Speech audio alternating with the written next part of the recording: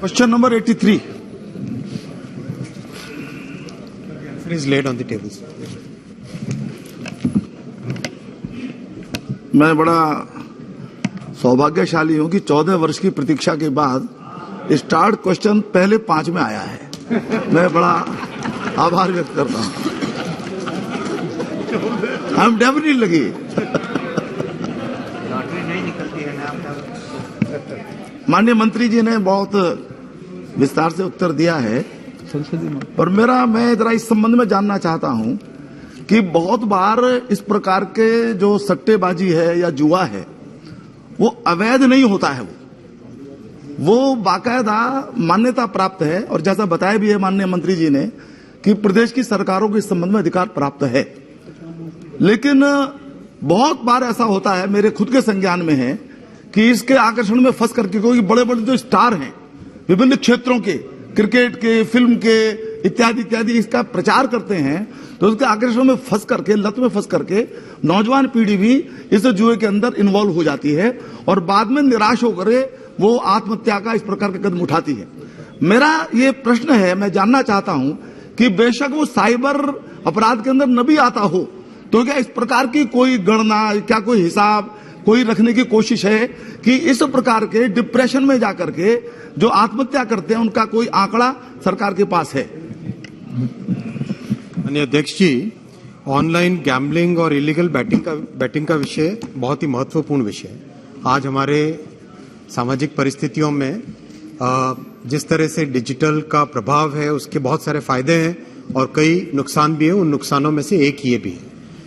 हमारी जो संवैधानिक व्यवस्था है, इस कॉन्स्टिट्यूशनल स्ट्रक्चर में as per the 7th schedule list 2 betting और गैम्बलिंग स्टेट लिस्ट में आता है। करीब करीब 19 स्टेट्स और यूटीज ऐसे हैं जिन्होंने जो पब्लिक गैम्बलिंग एक्ट था उस एक्ट की जगह नए अपने खुद के एक्ट बनाए, और करीब 17 स्टेट्स हैं जो कि पब्लिक गैम्बलिंग एक्ट के अंदर मॉडिफिकेशन करके आज गैम्बलिंग ऑनलाइन वाले गेमिंग और गैम्बलिंग को दोनों को रेगुलेट करते हैं।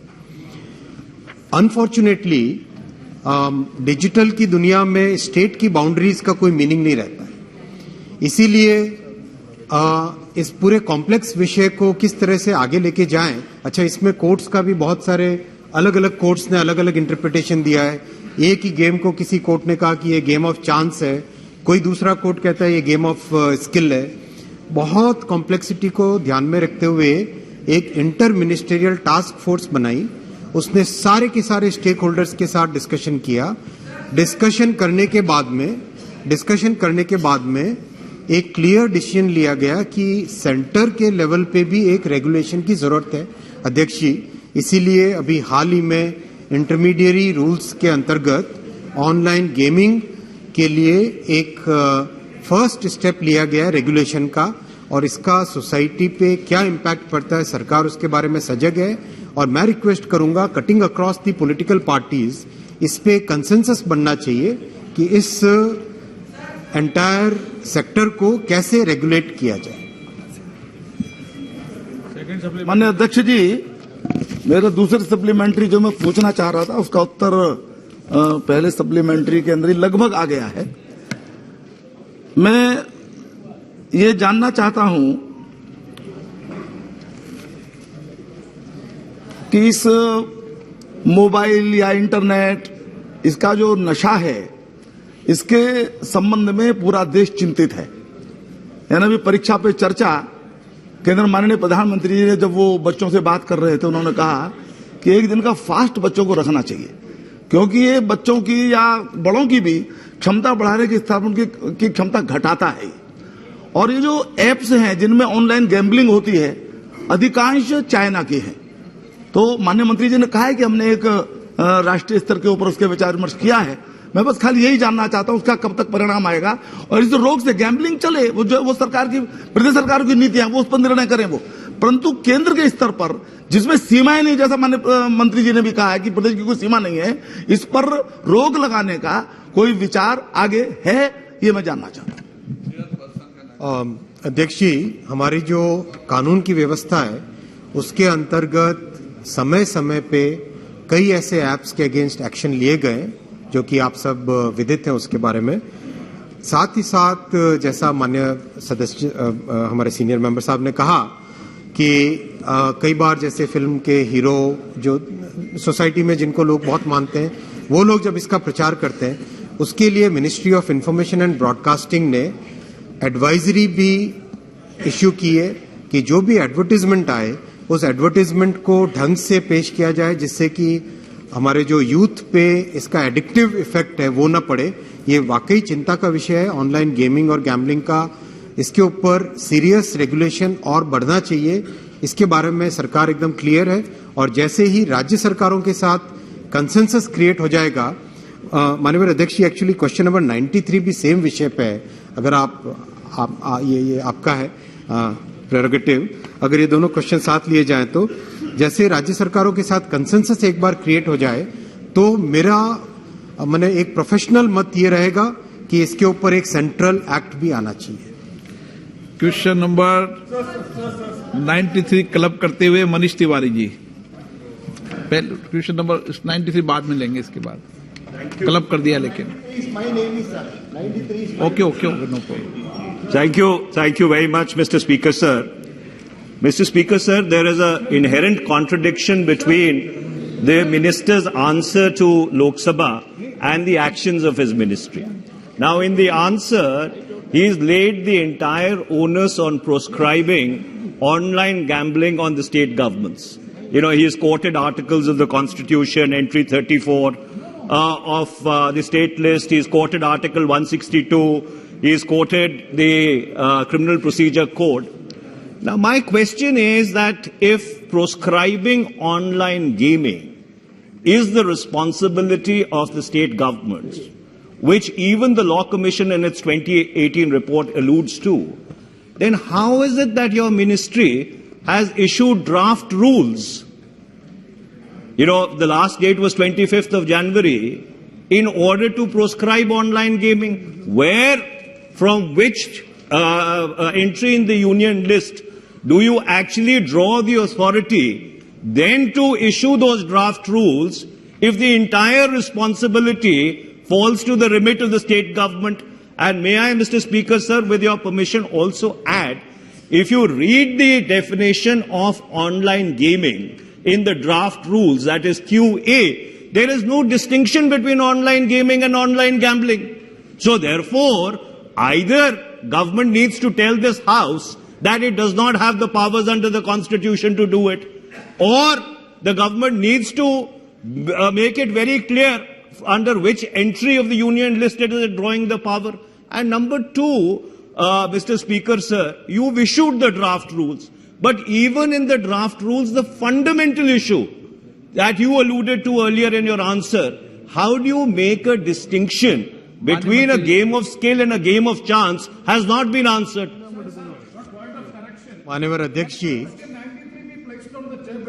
because 93 question stands in the mind of Shri K. Muralidharan. Let the question come on record. No, how can the minister answer? मैं क्वेश्चन नंबर 93 को क्लब करूंगा जब जाके होगा। अभी लिया नहीं मैंने क्वेश्चन 93 लिया नहीं, अभी लिया नहीं, अभी लूंगा जब टेबल करेंगे जवाब देंगे, लिया नहीं है। माननीय अध्यक्ष जी, ऑनरेबल मेंबर बहुत बड़े लॉयर हैं, आपने जो पॉइंट को बोला है, मैं पहले आपकी तरफ से यह भी जानना चाहूंगा कि क्या आप ऑनलाइन गैम्बलिंग को सपोर्ट करते हैं? अगर वो सपोर्ट करते हैं तो अलग बात है, सपोर्ट नहीं Mr. Minister, that is chicanery. Mr. Minister, that's absolutely incorrect. You see, you gave an answer, the responsibilities of the state government. Sir, I am not yielding. माननीय अध्यक्ष जी, मैं आपको एंट्री बताता हूं, सर कोई भी ऑनलाइन एक्टिविटी, कोई भी ऑनलाइन application है, that application is also gets qualified as an intermediary. Intermediary के लिए IT Act के तहत जितने भी intermediary rules बने, we have basically amended the intermediary rules to bring online games in it. Where is the constitutional prowess for that? Constitutional authorization comes through the entry number 31, which is communications, post, telegraph, and any other forms of communication under which the IT Act has been made. Second, entry 42, which is interstate. मेरी बात तो सुनो यार, आप पूरी बात सुनो ना. देखिए वकील साहब, आप उनकी बात नहीं सुनो, आप तो जवाब दो. Interstate trade and commerce is entry number 42. Sir, this is a very, very complex subject. इस सब्जेक्ट में कोर्ट्स भी आज एक ही विषय पे अलग अलग कोर्ट्स अलग अलग इंटरप्रिटेशन कर रहे हैं. इस विषय की दुनिया में अगर आप देखेंगे, all over the world people are grappling what is the right way to regulate it. ऐसे में government has taken the right first step by treating the online gaming apps and websites as intermediaries and brought them under the first step of regulation under the Intermediaries Act. I think that's a very good first step, and as we create more consensus with the state governments, as I've said, I think that yes, we should have a central law on this, and the regulation has to be very strict because the society is impacted by addiction to online games and especially by online gambling. T. Sumidhi. Thank you very much, Speaker, sir. As has been rightly pointed out by the Union Minister that there should be consensus with the state government, I would like to draw an attention. Sir, the Tamil Nadu Prohibition, Online Gambling and Regulation of Online Games Bill 2022 stays with the present Governor, Honorable Thiru R.N. Ravi, awaiting assent. Over 40 youths have died so far in Tamil Nadu since the gaming ban bill was not passed in assembly but waiting for the assent.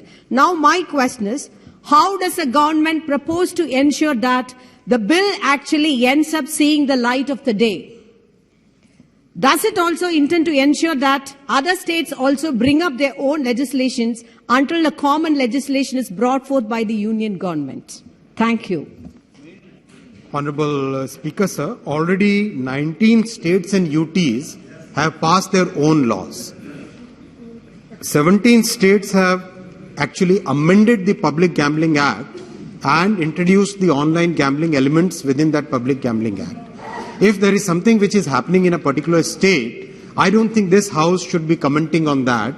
We should, what my point is that we as very responsible lawmakers should come with a consensus, and we should then have a central act which basically has been created, has been drafted in consultation with everybody, and that central act should be effectively regulating the online games and online gambling.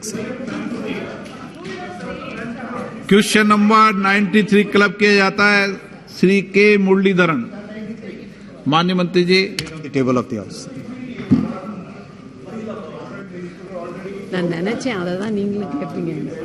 Agrees. We are ready to make a central law. Sir, this law, online gaming process, is a threat to the humanity, sir. Even yesterday, in my state, Kerala, one lab assistant was committed suicide only because he lost everything for this online gaming. So, I request the Honorable Minister whether the central government should introduce a central law to control on this online gaming in all over India. Honorable Speaker, sir, yes, the central government is very seriously concerned about the impact of online gaming and gambling on the society. And as I have mentioned, since this is a very complex legal issue on which all the lawyers are grappling what is the right way to regulate it, as we have consensus with the state governments, definitely I believe that central government should come up with a proper law, and there has to be very, sir, this is part of the list 2 state list. I've said it in very long detail, sir. You are also very, you understand law. So it's very important that we create that consensus and then we come to the parliament, sir. Honorable Member Sri Beni Behanan. 84. Question number 84.